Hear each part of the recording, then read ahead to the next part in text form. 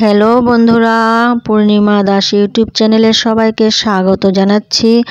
বন্ধুরা, আজকে আমি তোমাদেরকে একটি সুন্দর ভিডিও দেখাতে চলেছি। তো ভিডিওটি দেখো সবাই। আজকে আমি একসাথে দুই রকমের মাছ রান্না করেছি, সাথে ডাল করেছি। তো এই রান্নাটা আমি কিভাবে করেছি তোমরা সবাই সহযোগিতা করো, সবাই দেখো। আশা করি সবাই সম্পূর্ণ ভিডিওটি দেখবে। তো দেখো, এখানটা আমি বাটা মাছ নিয়ে নিয়েছি। এখানটায় আমি হলুদ আর লবণ দিয়ে দিয়েছি। সাথে আমি অল্প ছোট মাছও নিয়ে নিয়েছি একসাথে আর একটা পাত্রে। এখানটায় আমি হলুদ এবং লবণ একসাথে দিয়ে দিয়েছি। এটাকে তোমরা কি মাছ বলো জানি না, তো আমরা মোয়া মাছ বলি, অনেকে মকা মাছ বলে। তো ছোট মাছটার জন্য এখানটায় আমি সর্ষা নিয়েছি, আর সাথে সর্ষার সাথে আমি লবণ, হলুদ, আদা, কাঁচা লঙ্কা সব দিয়ে দিয়েছি। এটা আমি ছোট মাছ রান্না করব। আর এখানটা আমি এই বাটা মাছটা আমি রান্না করব, এটা ঝোল করব। এখানে আমি ওলকপি নিয়েছি, আলু কেটে নিয়েছি, টমেটো, কাঁচা লঙ্কা, আর বাটির মধ্যে দেখো এখানটায় মশলা নিয়ে নিয়েছি, জিরের গুঁড়ো, ধনের গুঁড়ো, লঙ্কার গুঁড়ো সব একসাথে অল্প জল দিয়ে ভিজিয়ে রেখে দিয়েছি। তো এখন আমি একসাথে দুটো রান্না করে নেব। ঝটপট করতে হবে, কারণ রান্নার পর অনেক কাজ থাকে আরও। তো এখানটায় দেখো একটা কড়াই আমি তেল নিয়ে নিয়েছি, আর একটা কড়াই আমি তেল দিচ্ছি, গরম হয়ে গেছে। একসাথে দুটো আমি করে নেব। তারপর আমি এই মাছগুলি দেখো মেখে নিচ্ছি, লবণ হলদি আগে দিয়ে রেখেছিলাম।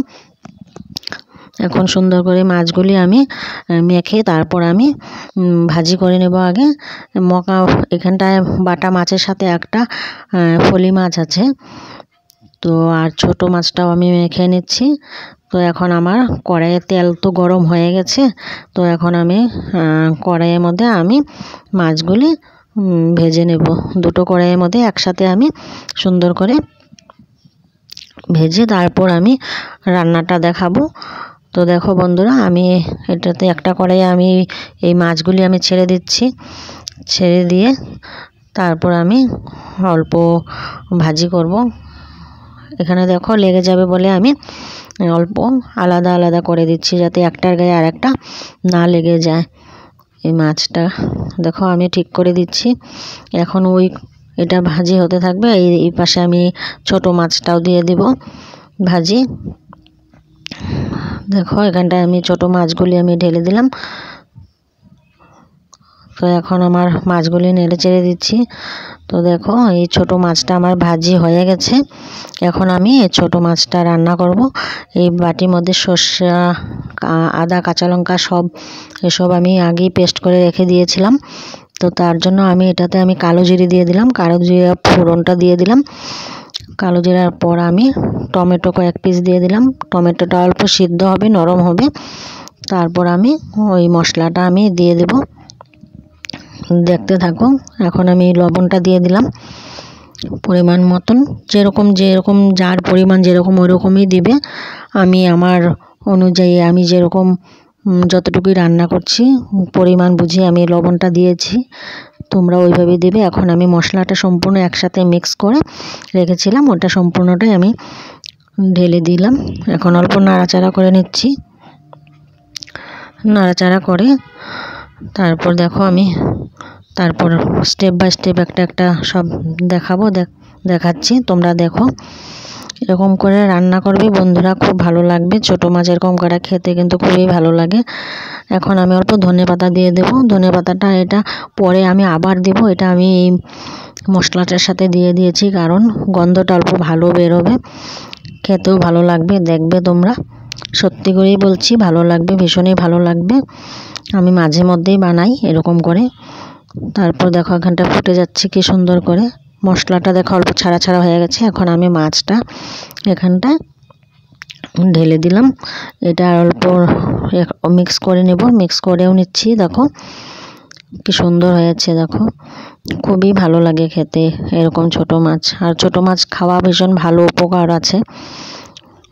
তো দেখো তেলটা দেখো অল্প ছাড়া হচ্ছে না, খুবই সুন্দর দেখতে পাচ্ছ, ফুটে গেছে। এখানটা কিন্তু জল এখনো দিই নাই আমি। এই দেখো হয়ে গেল মাছ। এখন আমি কি করব, এটা নেড়ে চেড়ে তারপর আমি লাস্ট আর অল্প ধনেপাতা দেব।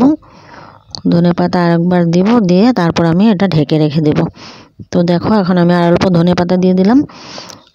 এটার মধ্যে অল্প জল টল কিছু দেওয়া চলবে না, এরকমই হবে রান্নাটা, শুকনা শুকনা হবে। তো দেখো এটা কিন্তু মোটামুটি হয়েই গেছে আমার রান্না। কত সিম্পল, কত সুন্দর, কত টেস্টি হবে। এখন আমি ঢেকে রেখে দিয়েছি। আর এদিকে আমি এই বাটা মাছটা এখন রান্না করব। তার জন্য আমি তেল গরম হয়ে গেছে, এখানটা আমি আলু দিয়ে দিলাম। আলুর সাথে আমি লবণও দিয়ে দিয়েছি। লবণের পর আমি এটা আমি অল্প হলদিও দিয়ে দিব, হলুদ দিয়ে তারপরে আমি এটা ভেজে নেব। ভেজে তারপর আমি ওলকপিটাও সেম একই রকম করব। তো দেখো এখানটা আমার আলুটা মোটামুটি ভাজি হয়ে গেছে, এখন ওলকপিটাও দিয়ে দিচ্ছি। অনেকে এটাকে শালগমও বলে, ওলকপিও বলে। আর এখন আমি এটা সেম একই রকম আমি আলুর মতনই করে নিয়েছি। এখন এইটাও অল্প আমি ঢেকে দেব। ঢেকে দিয়ে তারপর অল্প জল দিয়ে দিলাম, কারণ এটা শক্ত অল্প তো সিদ্ধ হয়ে যাবে। সিদ্ধর পর কিন্তু একদম সুন্দর নরম হয়, খেতেও ভীষণ ভালো লাগে। দেখো বন্ধুরা, এখানটা আমার আলু ওলকপি সব আমার হয়ে গেছে ভাজি। এখন আমি ফোড়ন দেব। ফোড়নের মধ্যে আমি আগে তেজপাতা দিয়ে দিলাম। তেজপাতার পর আমি কয়েকটা গোটা জিরে দিয়ে দিব। দেখো এই কয়েকটা গোটা জিরে দিয়ে দিচ্ছি। এটা ফুটছে, ফোটার পর আমি দেখো কি করছে, অল্প দেখতে থাকো সবাই। টমেটো কাঁচা লঙ্কাটা দিয়ে দিলাম। কাঁচা লঙ্কাটা তেলের মধ্যে দিলে সেন্ট কিন্তু হয় ভালো, অল্প সুন্দর অন্যরকম হয়। এখন আমি ওই মশলাটা, ভিজিয়ে রাখা মশলাটা আমি দিয়ে দিলাম। এখন এটা ভালো করে আমি কষিয়ে নেব। কষিয়ে নেওয়ার পর আমি মশলাটার বাটিটার মধ্যে অল্প জল দিয়ে দিলাম। জল দিয়ে অল্প নাড়াচাড়া করে নিচ্ছি। তারপর আমি ওই যে সবজিটা ভাজি করে রেখেছি, অল্প কষিয়ে রেখেছি, ওইটা আমি কি করব দিয়ে দিব। এখন আমি অল্প লবণও দিয়ে দিলাম। লবণ দেওয়ার পর তারপর এখন আমি ওই সবজিটা সম্পূর্ণটা ঢেলে দেব। দেখো একসাথে আমি ঢেলে দিলাম। ঢেলে এটাকে অল্প কষাবো, কষিয়ে নেব। বেশিও লাগবে না, কারণ ওটা তো আগেই মোটামুটি অর্ধেকটা হয়ে গেছে, খুব একটা লাগবেও না। মশলাটা আগে অল্প ভাজি করে নিয়েছি কাঁচা গন্ধটা চলে যাওয়ার জন্য। তো এইখানটায় অল্প ভাজি করে নেব। ভাজি বলতে কষানো আর কি, কষিয়ে নেব। তো দেখো এখানটা হয়ে গেছে। এখন জল দিয়ে দিচ্ছি। জল দিয়ে দেওয়ার পর আমি মাছগুলিও দিয়ে দিব। পরিমাণ মতন জলটা দিয়ে দিলাম। দেখো এখানটায় মাছগুলিও দিয়ে দিলাম, দিয়ে দিচ্ছি মাছগুলি। এখন ঝোলটাও ফুটে আসছে। দেখো সুন্দর, কি সুন্দর কালারও হয়েছে, ভালো লাগছে দেখতে। যেমন ভালো লাগছে খেতেও এরকম হবে মনে হচ্ছে। মানুষ বলে না, চোখে খেলে মুখে খায়, তো হয়েছে।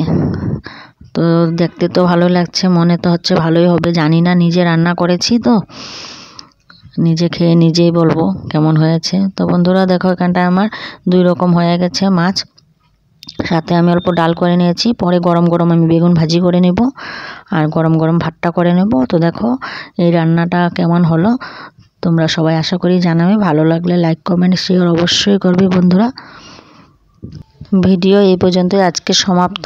তো বন্ধুরা সবাই, তোমরা সবার শেষে যা বলি, সবাই ভালো থেকো, সুস্থ থাকো, এবং আমিও ভালো থাকবো তোমাদের ভালোবাসা নিয়ে। এবং আমার তরফ থেকে অনেক অনেক অসংখ্য অসংখ্য ধন্যবাদ, এবং সবাইকে ভালোবাসা দিয়ে যাচ্ছি। তো টাটা বাই বাই, এখানটায় শেষ করছি।